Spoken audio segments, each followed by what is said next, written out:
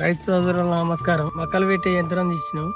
ఇది వరకు కూడా ఒక 5 ఎకరాలు సీడ్ మొక్క కూడా పెట్టినాం. దాంతో ఆ సీడు మంచిగానే మొలిసింది.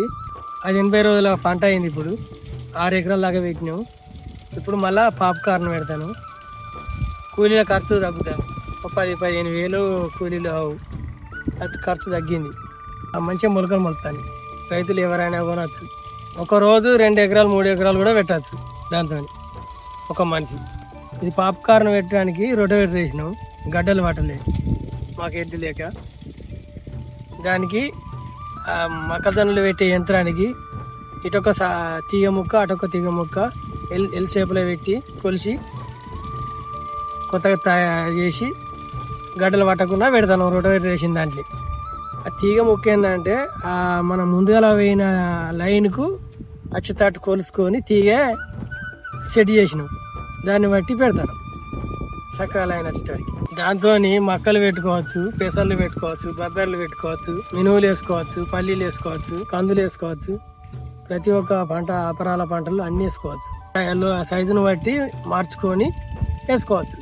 DAP 20 ఎరువులు గిట్లా అలా పోసుకొని చల్లబొండి కూడా దింపచ్చు. మొక్కల పత్తి లైన్ పొంటి.